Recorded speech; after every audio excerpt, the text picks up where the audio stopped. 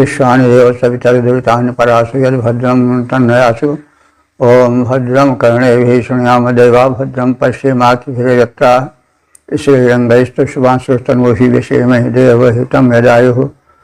ओम वेद प्रेमियों सुधी श्रोताओं, संप्रति हम सब ऋग्वेद के सप्तम मंडल के 66वें सूक्त की व्याख्या में प्रवेश करने जा रहे हैं। इस सूक्त में 19 मंत्र हैं। मंत्र दृष्टा से वशिष्ठ मैत्रा वरुण, छंद गायत्री और देवता मित्रा वरुण है। इस सूक्त के प्रथम मंत्र का शीर्षक है सुख संपदा प्रदायक मित्र वरुण देव के स्तोत्र। अब संबंधित मंत्र का सर्वप्रथम सस्वर पाठ हो जाए। प्रमित्रजोर्वरुणजोस्तमान एतशोष्याः नमस्वान्तमिजातजोः। इस प्रथम मंत्र में सुख संपदा प्रद मित्र और वरुण देव विषयक स्तोत्र रचने हेतु ऋषि का कथन। मित्रयोः वरुणयोः, मित्र देवता और वरुण देवता जो कि तुम जाते हो, अनेक बार हमारी स्तुति पर मंत्र माध्यम से प्रकट होते रहे हैं और हमारा रक्षण करते आए हैं। नमस्तस्मान सूक्ष्म स्तोमः, नमस्कार को भी कहते हैं और नमस् कहते हैं अन्न को भी। तो नमस्वान शिष्य स्तोमः, अन्न के साथ ये सुख प्रदायक बलवर्धक स्तोत्र नः प्रएतु हमारे पास स्तुति माध्यम से आए, अर्थात पुनः पुनः हम स्तुति करके उनका आवाहन करते रहें। तो हमारे स्तोत्र बार बार आविर्भूत होने वाले मित्र और वरुण देव का अनुगमन करते रहें।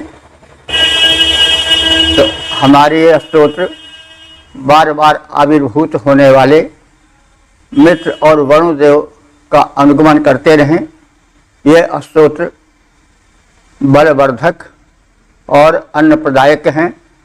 ये हमारे पास प्रार्थना माध्यम से आएँ, अर्थात हम इन स्तोत्रों की रचना करते रहें जो मित्र और वरुण विषयक हैं, और इन स्तोत्रों के माध्यम से हम मित्र और वरुण देवों को अपने पास बुलाते रहें, उनका ध्यान करते रहें और उनके निकट बने रहें।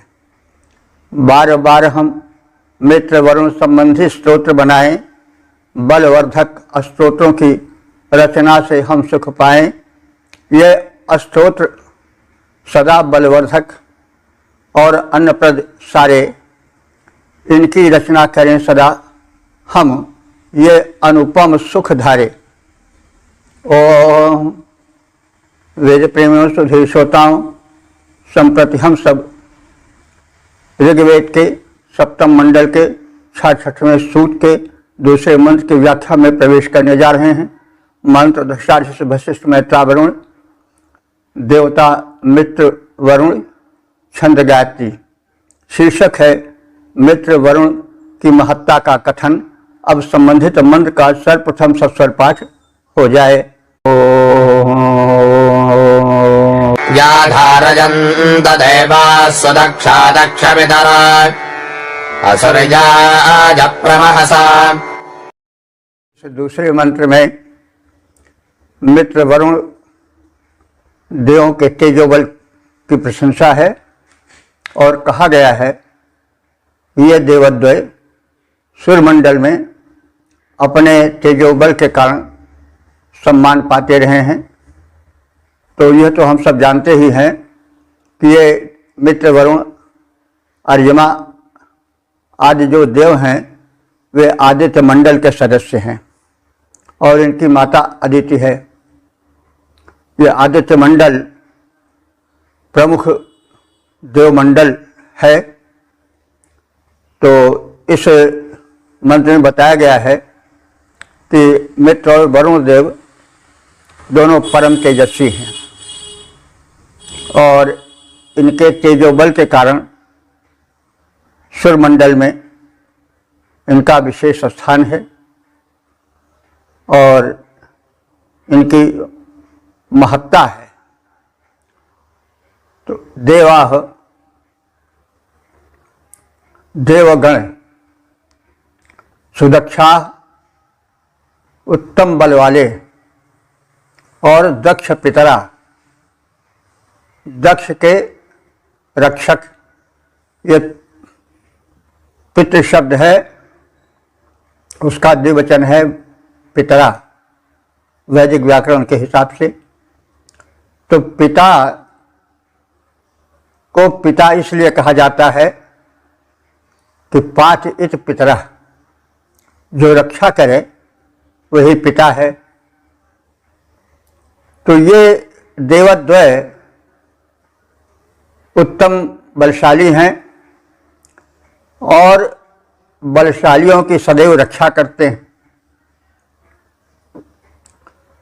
प्रमहसा, ये देवद्वय मित्र और वरुण प्रमहसा विशेष रूप से प्रकृष्ट रूप से शक्तिशाली हैं।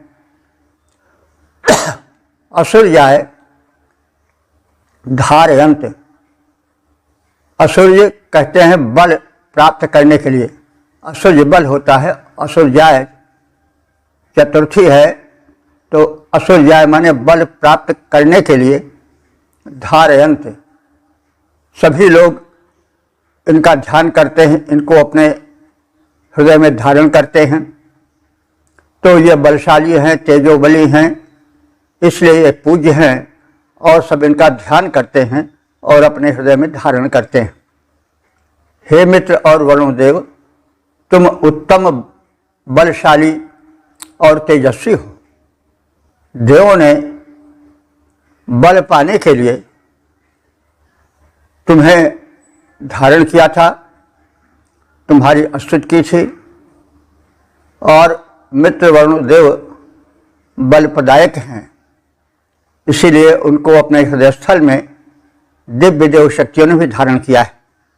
तो जब देव शक्तियाँ इनको धारण करती हैं इनके तेजोबल के कारण, तो मनुष्य तो इनके महत्व को धारण ही करेंगे। जब देवता बल पाते हैं तो मनुष्य भी बल पाएंगे।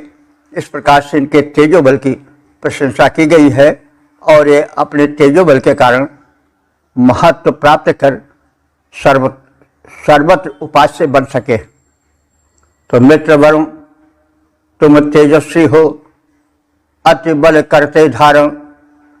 देवों ने धारण किया, तुम्हें बल मिल जाए इस कारण। ओम वेद प्रेमियों सुधी श्रोताओं, संप्रति हम सब ऋग्वेद के सप्तम मंडल के 66वें सूक्त के तीसरे मंत्र की व्याख्या में प्रवेश करने जा रहे हैं। मंत्र दृष्टा वशिष्ठ मैत्रा वरुण, छंद गायत्री, देवता मित्रा वरुण। शीर्षक है इच्छा पूर्ति हेतु प्रार्थना। अब संबंधित मंत्र का सर्वप्रथम सस्वर पाठ हो जाए। तानस्ति पादनोपावरुणजरिद्राणाम् मित्र साधय तन्दिराः। इस तीसरे मंत्र में तन और भवन उभय के रक्षक मित्र और वरुण देवता हैं। ये मनोरथों के पूरक हैं, समर्थ हैं।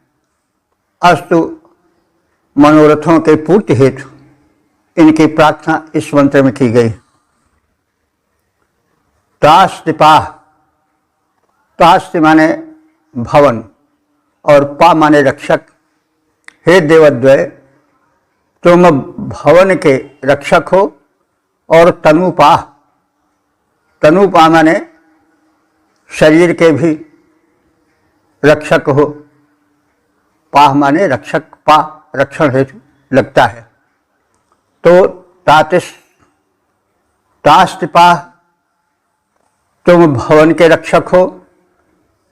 तनुपा, तुम दोनों तन के भी रक्षक हो। तो बड़ी महत्वपूर्ण दो वस्तुएं हैं। हमारा घर सुखप्रद हो, सुशोभन हो और सुरक्षित हो। उसी तरह से हमारा शरीर भी पुष्ट हो, सुंदर हो और सुरक्षित हो। तो यह सारा कार्य जो है वो मित्र वरुण देव करने में सक्षम हैं और अपने उपासकों के तन और भवन दोनों की रक्षा करते रहते हैं। न जरितृणाम धिया साधयंतम। अस्तु हे समर्थ देव, तुम दोनों, न माने हम सब उपासकों के जरितृणाम, जरितृणाम कहते हैं स्तुतिकर्ताओं के, धिया माने कर्म के और बुद्धि के रक्षक बनो, और साधयंतम हमारे मनोरथों को सफल करते रहो। हे मित्र और वरुण देव, तुम दोनों भवन के और तन के उभय के रक्षक हो। हम स्तोताओं, स्तुतिकर्ताओं, उपासकों की इच्छाएं तुम पूरी करते रहो, क्योंकि तुम मनोरथों के पूरक हो और समर्थ हो। तो इच्छाएं समझ लेनी चाहिए कि ऋषि कभी गलत इच्छाएं नहीं करता है।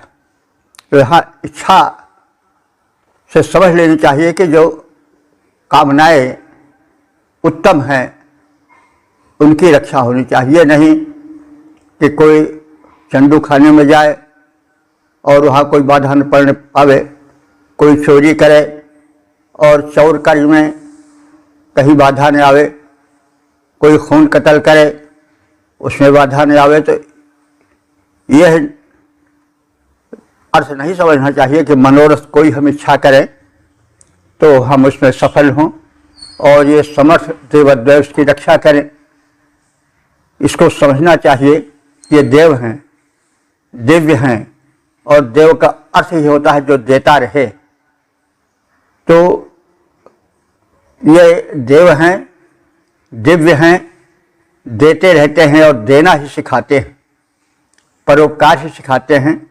तो अर्थ उसी वस्तु की करनी चाहिए, उसी परिप्रेक्ष्य में करनी चाहिए। अर्थ उसी परिप्रेक्ष्य में हो जो सत्य गुण से परिपूरित हो। तो हे मित्र और वरुण देव, तुम दोनों भवनों के और तनों के, शरीरों के संरक्षक हो। हम स्तुति माध्यम से तुम्हारी प्रार्थना करते हैं और हम स्तोताओं की जो उत्तम कोटि की इच्छाएं हैं, जो स्वयं के लिए और लोक के लिए उपयोगी हैं, उन्हें परिपूर्ण करते रहो। तन के और भवन के रक्षक हो तुम देव हमारे मित्र वरुण, कर दो भक्तों के पूर्ण मनोरथ सारे। ओम वेद प्रेमियों, सुधी श्रोताओं, संप्रति हम सब ऋग्वेद के सप्तम मंडल के 66वें सूक्त के चौथे मंत्र की व्याख्या में प्रवेश करने जा रहे हैं। मंत्र दृष्टा ऋषि वशिष्ठ मैत्रावरुण और छंद गायत्री है। शीर्षक है मित्र वरुणादि से अपेक्षित धन हेतु प्रार्थना। अब संबंधित मंत्र का सर्वप्रथम सस्वर पाठ हो जाए। यदद्यसोरउदितेनागामित्रो अरे जवान् स्ववाति समिता भगाः। इस चौथे मंत्र में मित्रादि देवों से अपेक्षित धन प्राप्ति हेतु प्रार्थना है। तो यत धनम, जो धन, अद्य सूर्य उदिते, आज सूर्योदय के समय, सूर्योदय के होते ही, तो धन से मतलब केवल द्रव्य ही नहीं, रुपए पैसे ही नहीं, वरन धन का व्यापक अर्थ अपेक्षित है। धन विद्याधन भी होता है, और बुद्धि धन भी होता है। स्वास्थ्य धन तो सबसे बड़ा धन माना गया है, हेल्थ इज वेल्थ। और इसी प्रकार से विद्या धन और अनेक धन हैं। संतोष धन सबसे बड़ा धन माना गया है। गोधन, गज धन, बाज धन और रतन धन खान जो आवे संतोष धन, सब धन धूरी समान। तो संतोष धन सबसे बड़ा धन है, क्योंकि करके उपाय लाखों, व्यापार धन कमा ले, होगा सुखी न जब तक संतोष धन न होगा। क्योंकि अगर संतोष नहीं है तो मनुष्य जितना कमाना चाहेगा कहीं न कहीं उसमें कमी ही दिखाई पड़ेगी। तो धन तो अनंत हैं, उनकी बहुत कोटियां हैं और बहुत विस्तार है। तो वही धन कितना है? पद धन है, सम्मान धन है, अनेक धन है। और धन की सीमा कितनी है कुछ कहा नहीं जा सकता, असीम है। जैसे आकाश है, इसमें उड़ते जाओ, जितने ऊंचे उड़ोगे उतना ही आगे मिलेगा। तो इसलिए संतोष होना आवश्यक है। संतोष का अर्थ यह है कि श्रम पूर्वक जो मिल जाए वही संतोष धन है। यह नहीं कि अजगर करे न चाकरी, पंछी करे न काम, सबके दाता राम, दास मलौका कही गए सबके दाता राम। तो भाई यह संतोष का मतलब नहीं, ये संतोष धन। उद्यम करो और उद्यम करने के बाद ईमानदारी से जो धन मिल जाए उसी में संतुष्ट हो जाना ही संतोष धन है। तो यत अद्य सूर्य उदिते, सूर्य कहते हैं सूर्य को। छोटा सा है, बड़ा सा तालवी सा होने पर तो शूरवीर होता है, लेकिन जो दंती सा होता है जिसे हम छोटा सा कहते हैं, उस अर्थ में सूर्य होगा, वो सूर्य के लिए आता है। तो अद्य सूर्य उदिते, आज सूर्य के उदय होने पर यद धनम, जो धन हमें अपेक्षित है, अनागाह, आग कहते हैं पाप को और अनआगाह कहते हैं निष्पाप को। तो ऐसे धन को हमको निष्पाप, ये देवताओं के लिए आया है कि क्योंकि देवता जो हैं पापी नहीं होते हैं, उनका प्रत्येक कार्य लोकहित में होता है। तो सूर्य उदित होते हैं, सूर्य देवता हैं तो लोकहित में होते हैं। वायु देवता चलते हैं तो लोकहित में चलते हैं। और निष्काम भाव से बिना कुछ चाहे हुए जो उनकी संपदा है वह वे देते रहते हैं। इसीलिए वे अनागस हैं, अनागाह हैं, निष्पाप हैं। क्योंकि हम दिए थोड़ा और चाहने अधिक लगे तो वो चाहना भी पाप हो जाएगा। जैसे निहाई की चोरी करी और सूजी दीन है दान, उचक उचक उचक देखत फिरत, कितनी दूर विमान। किसी ने निहाई की चोरी किया, निहाई कम से कम आधे क्विंटल का तो होता ही है, जिस पर लुहार घन चला करके तमाम लोहे के औजार बनाता है, उसको निहाई कहते हैं। तो किसी ने की चोरी निहाई की और दान किसका दिया? सूजी की, एक सुज्जे की, जिसका कि वजन 1 ग्राम भी नहीं है। और अपने को बड़ा भारी दानी समझ करके बार बार देखने लगे, अरे अभी बीमार कितने दूर है, अभी तो आ जाना चाहिए हमको, क्योंकि हमने सूजी का दान दिया है तो हमको विमान मिल जाए। और उचक उचक खोजत फिरत केती दूर विमान। तो भाई यह तो दान है नहीं कि सूजी क्या मतलब न्याय की चोरी करी और सूजी दीन है दान। और उचक उचक देखत फिरत, कितनी दूर विमान स्वर्ग ले जाने के लिए कब आ रहा है, कितनी दूर होगा हमारा विमान। तो भाई यह तो दान नहीं है, इससे कोई पुण्य की अपेक्षा करे तो व्यर्थ करता है। तो जो ये दिव्य शक्तियां हैं, ये जो दान देती हैं वो असीम होता है और उसके बदले कुछ पाने की इच्छा नहीं करते हैं, इसीलिए ये देव हैं। मनुष्य में कमजोरी होती है, वो देता कम है, लेना या पाना अधिक चाहता है, इसीलिए वह निष्पाप नहीं कहा जाएगा। तो देवता अनागाह है माने निष्पाप हैं, क्योंकि वे देते अधिक से अधिक हैं और इच्छा नहीं करते कुछ भी।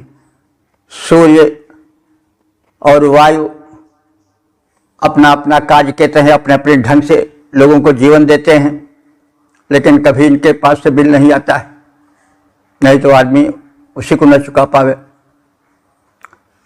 तो ये देवता इसीलिए अनागसा है यानी निष्पाप हैं, क्योंकि ये देते ही हैं, पाने की कामना नहीं करते। तो इसी तरह से कामना रहित दान पुण्य की कोटि में आता है। तो इन देवों को अनागाह कहा गया है यानी निष्पाप कहा गया है। वे देव कौन हैं जो इस मंत्र में बताए गए हैं? मित्र, अर्यमा, सविता, भगः। ये चार देवता हैं, मित्र, अर्यमा, सविता, भग। ये सब आदित्य मंडल के सदस्य हैं, 12 आदित्य हैं और इन्हीं के सदस्य हैं मित्र, अर्यमा, सविता, भग। एक चीज देखिए कि विष्णु का नाम नहीं आया है इसमें, यद्यपि विष्णु भी इस आदित्य मंडल में है। इससे प्रतीत होता है कि ऋग्वेद काल में विष्णु को वह महत्व नहीं मिला जो बाद में विष्णु को मिला। बाद में तो सब कुछ विष्णु का ही हो गया, सारे अवतार विष्णु से भी जोड़ दिए गए और राम और कृष्ण के रूप में तो उन्हें परब्रह्म परमेश्वर के रूप में देखा गया। लेकिन ऋग्वेद में आदित्य मंडल के सदस्य होते हुए भी जब देवताओं की आदित्य मंडल के गणना होती है तो उसमें प्रायः हम लोग देखते आए हैं कि मित्र, अर्यमा, सविता, भग आदि की ही गणना होती है, उन्हीं का नाम लिया जाता है। तो आदित्य मंडल के सदस्य मित्र, वरुण, अर्यमा, सविता, भग आदि हमें सुवातिमाने प्रदान करें, धन धान्य सुख स्वास्थ्य प्रदान करें। जो धन आज सूर्योदय पर हमें अपेक्षित है, निष्पाप मित्र, अर्यमा, सविता और भग देवता उसे हमें प्रदान करें। मित्र, अर्यमा, भग, सविता जो पाप शून्य कहलाएं, सूर्योदय पर हमें हमारा इच्छित धन दे जाएं। वेद प्रेमियों, सुधी श्रोताओं, संप्रति हम सब ऋग्वेद के 7वें मंडल के 66वें सूक्त के 5वें मंत्र की व्याख्या में प्रवेश करने जा रहे हैं। मंत्र दृष्टाचार्य वशिष्ठ मैत्रा वरुण, देवता मित्र वरुणादि, छंद गायत्री। शीर्षक है देवों से धनार्थ प्रार्थना। अब संबंधित मंत्र का सर्वप्रथम सस्वर पाठ हो जाए। स्वप्रावेरस्तु सक्षजः प्रणयामन् सदा नमः येनो अम्हादिभिप्रदे। इस 5वें मंत्र में देवों से सुरक्षा और पाप मुक्त जीवन की प्रार्थना। तो पाप मुक्त होना परम आवश्यक है, क्योंकि पाप ही पीड़क होता है। पाप तमाम ऐसे हैं जिनको हम जान ही नहीं पाते कि हम पाप कर रहे हैं, बल्कि सत्यता यह है कि जो नहीं खाना चाहिए वो हम खा लेते हैं, तो हम खाने के क्षेत्र में पाप कर रहे हैं। जो पीना नहीं चाहिए वह पी लेते हैं, जैसे धूमपान हुआ, सुरा आदि का पान हुआ, शराब का पान हुआ, यह नहीं करना चाहिए लेकिन उसको पी लेते हैं, तो यहाँ पर पाप हुआ। हम भले न जाने कि पाप है, लेकिन पाप हो गया। इसी तरह से देखना, सुनना, समझना, जिसके लिए शास्त्र में मर्यादा स्थित की गई है, उसका उल्लंघन करके हम वो सब करते हैं तो वो सब पाप ही है। और पाप का फल बड़ा कठिन होता है, पाप पीड़क होता है। इसीलिए कहा गया है विश्वान देव सवितर दुर्चान परासु यद भद्रम तन्नयासु, हे सविता देवता हमें पाप से मुक्त करो और जो पाप न हो उस क्षेत्र में हमें प्रवेश कराओ। तो पाप से मुक्त की प्रार्थना वेदों में स्थान स्थान पर की गई है, क्योंकि पाप पीड़क होता है और पाप बड़ा सूक्ष्म होता है। तो हमें उस सूक्ष्मता को जान करके तद्वत आचरण करना चाहिए। और सुरक्षा बहुत आवश्यक है, क्योंकि यदि हमारी रक्षा न हुई, हम असुरक्षित जीवन व्यतीत किए तो वो सुखमय जीवन नहीं हो सकता है। इसलिए देवों से सुरक्षार्थ और पाप मुक्त जीवन की प्रार्थना की गई है। सह क्षय सुप्राची अस्तु, क्षय कहते हैं भवन को। तो आज तो हम क्षय माने विनाश समझते हैं, लेकिन वेद में क्षय के अर्थ हुआ आश्रय या भवन। तो सह क्षय अस्माकम सह क्षय, हमारा यह जो क्षय है, भवन है, वह सुप्राची सुरक्षित और सुप्रद हो। सुदानवा, हे श्रेष्ठ दानियों देव। तो देखिए यहाँ पर दानव शब्द है, दान देने वालों को दानव कहा जाता है। आज किसी को कह दीजिए कि बड़ा दानव है तो बिगड़ खड़ा होगा, लेकिन वैदिक युग में दानव शब्द जो था वो सम्मान सूचक था। जो दान देता था उसको दानव कहा जाता था। तो सुदानवा, हे श्रेष्ठ दानियों, उत्तम दानियों देवों। यामन प्र, यामन माने आगमन, प्र माने प्रकृष्ट। तुम्हारा आगमन प्रकृष्ट हो और हमारा संरक्षण करे। ये न अंग अति विप्रत, ये माने जो पाप है, अंग कहते हैं पाप है, वो अति विप्रत, वो हमसे दूर रहे। और हे देव, तुम उससे हमारा संरक्षण करो, उससे हमें बचाओ। ये न अंग, जो हमारे पाप हैं, अति विप्रत, हमसे दूर रहें, यानी आप पापों से हमारा संरक्षण करो, क्योंकि पाप जो है वह पीड़क होता है। तो इसलिए सदैव पाप की परिभाषा भी जाननी चाहिए। हम शास्त्रों में जो निहित मर्यादाएं हैं, जैसे हम उसका उल्लंघन करते हैं, चाहे मन से करें, चाहे वचन से करें, चाहे कर्म से करें, वे सब पाप की कोट में आ जाती हैं। और पाप जो है पीड़क होता है, पाप का फल भोगना पड़ता है। इसलिए हम पाप के सूक्ष्म रूप को भी जानें और पाप न करें। जैसे खाने पीना हुआ, हम पाप कर बैठते हैं। जब हम तो यह चाहते हैं कि हमें खूब आराम मिले, लेकिन यह नहीं सोचते कि हमारे पेट को भी आराम चाहिए। वो बेचारा गुड़गुड़ा के किसी न किसी तरह से अपनी वेदना सुनाता रहता है, लेकिन उसके ऊपर हम बोझ पर बोझ लादते चले जाते हैं। तो यह पाप ही है, दूसरे की पीड़ा को न समझना। हम लोग या तमाम लोग स्वयं तो विश्राम चाहते हैं, लेकिन अपने पेट को विश्राम नहीं देना चाहते। वो बेचारा तरह तरह से अपने कष्ट सुनाता है, गैस बन जाता है, उसको बताता है। लेकिन हम इतने अकरुण हैं कि अपने पेट के प्रति, अपने शरीर के प्रति ही बड़े कठोर बन जाते हैं, क्रूर बन जाते हैं। तो इसलिए हमें पाप क्या है, पुण्य क्या है, क्या करना चाहिए, क्या न करना चाहिए, इसको सूक्ष्मतापूर्वक, विस्तार पूर्वक अध्ययन करना चाहिए और पाप की परिभाषा जाननी चाहिए। पाप कहाँ कहाँ हो सकता है, इसे समझना चाहिए। मन, वचन, कर्म, ये तीन जो हैं वो अपना फल देते हैं। हम मन से कुछ चीज़ कर डाले तो वो भी पाप हुआ, वचन से भी पाप होता है, कर्म से भी पाप होता है, उसी प्रकार से पुण्य भी हैं। तो इसी विषय को लेकर के कहा गया है कि हे उत्तम दानी देवों, तुम्हारे आगमन से हमारा भवन सुरक्षित बने। जब देवता कृपा करेंगे तो चाहे हमारा ये भवन हो, चाहे तन भवन हो, सुरक्षित रहेगा। देवों की कृपा न हुई और धरती माता थोड़ा सिर हिला दिए, डगमगा गया और इस तरह से भूकंप पैदा हो गया और फिर बड़ा ऊंचा महल 6 महला गिरकर चूर-मूर हो गया और तमाम लोग उसमें दब गए, मर गए।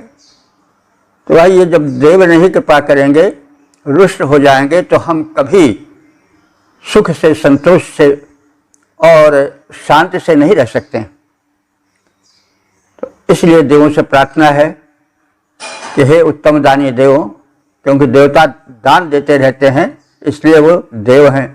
तो हे उत्तम दानी देवों, तुम्हारे आगमन से हमारा भवन सुरक्षित बने, तुम्हारा आगमन हमारी रक्षा करे, तुम हमें पापों से मुक्त कराओ। हे उत्तम दानी देवों, हो शुभ आगमन तुम्हारा, रक्षा करो, सुरक्षित हो जाए आवास हमारा। इतनी विनय और है देवों, इसे ध्यान में लाओ, हमें सकल पापों से देवो तुम अविलंब छुड़ाओ। ओम वेद प्रेमियों, सुधीर श्रोताओं, संप्रति हम सब ऋग्वेद के सप्तम मंडल के 66वें सूक्त के 6ठे मंत्र की व्याख्या में प्रवेश करने जा रहे हैं। मंत्र दृष्टा वशिष्ठ, मैत्रा, वरुण, छंद, गायत्री, देवता, मित्र, वरुणादि। शीर्षक है अभीष्ट प्राप्ति हेतु प्रार्थना। अब संबंधित मंत्र का सर्वप्रथम सस्वर पाठ हो जाए। स्वराजो अधिरब्धस्य व्रतस्य जे महाराजान ईशते। इस 6ठे मंत्र में समर्थ देव गणों के सामर्थ्य का और उनके द्वारा उपासक को उत्तम फल दिए जाने का कथन है। तो ये आदित्यादि देवा, जो आदित्य आदि देव हैं, और तेषाम माता अदिति, और जो उनकी माता आदित्य हैं। तो आदित्य के विषय में आप जानते ही हैं कि ये आदित्य इसलिए कहे जाते हैं कि ये आदित्य के पुत्र हैं। तो आदित्य तो कश्यप की पत्नी मानी जाती हैं, दक्ष की पुत्री मानी जाती हैं, लेकिन वास्तव में अदिति जो है वह व्यापक संरक्षण शक्ति के हेतु प्रयोग किया जाता है। दिति कहते हैं खंड, टुकड़ा, और जिसका खंड या टुकड़ा ना हो सके वह अदिति है। तो अदिति वह दिव्य शक्ति है जिससे देवताओं का उद्भव होता है और जो अखंड है, अनंत है, वही आदि शक्ति है। तो इस प्रकार से आदित्य के जो पुत्र हैं वो आदित्य हैं। आदित्य 12 हैं, ये हम सब जानते ही हैं। और वे अखंड शक्ति के जो हैं पुत्र हैं, उनसे उत्पन्न हैं, और वे स्वयं ब्रह्मांड का संरक्षण करते हैं। तो ये देवा आदित्या, जो देवता आदित्य के पुत्र होने के कारण आदित्य हैं, और अदिति जो आदित्यों की माता हैं, अदब्धस्य, व्रतस्य, स्वराजा, वे सब हमारे अदब्ध माने अखंड, व्रत माने नियम आचरण के, स्वराज माने संरक्षक हैं, अधिष्ठाता हैं। राजाना महा ईशते, राजाना माने ये विराजित राजा रूप, अधिष्ठाता रूप, हमारे महान जीवन और कल्याण के ईशते माने स्वामित्व करते हैं। तो ये मित्रादि देवगण अपनी माता अदिति समेत हमारे अखंड व्रत के अधिष्ठाता हैं परिपूरक हैं, संरक्षक हैं, स्वामी हैं। हमारे अभीष्ट कामनाओं की पूर्ति में यही समर्थ हैं और नियामक हैं, शासक हैं तथा हमें परम धन देने में सक्षम हैं और सबके स्वामी हैं। तो परम धन सबसे बड़ा धन क्या है? मोक्ष। मोक्ष का अथवा स्वर्ग प्राप्ति अथवा समस्त दुखों से मुक्ति। तो इस तरह से इनके सामर्थ्य का भी कथन किया गया है।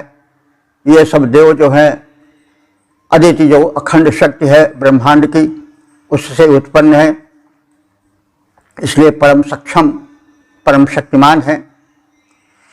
तो ये मित्रादि देवगण अपनी माता अदिति समेत हमारे अखंड व्रत के अधिष्ठाता हैं, हमारे अभीष्ट पूर्ति में समर्थ हैं, नियामक हैं, शासक हैं तथा परम धन के स्वामी हैं।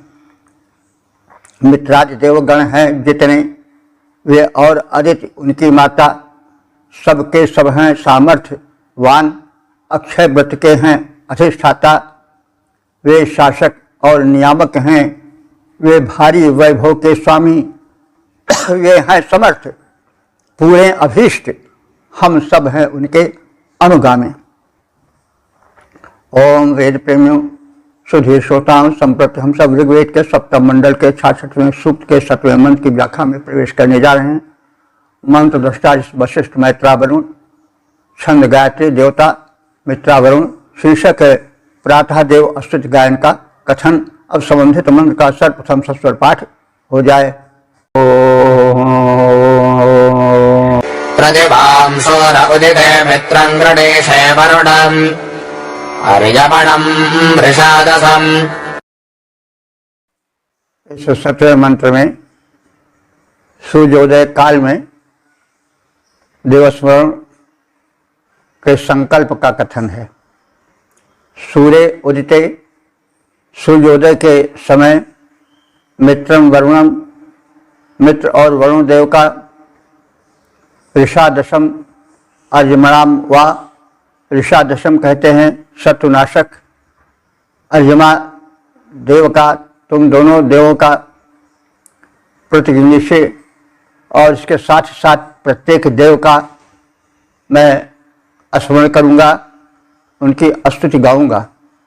हे मित्र और वरुण देव, मैं सूर्योदय के अवसर पर तुम दोनों की शत्रुसंहारक अर्यमा की स्तुतियाँ गाऊंगा, प्रत्येक देवता की स्तुति गाता रहूँगा, क्योंकि प्रातः काल में जीवन स्तुति से देवस्मरण से होना चाहिए।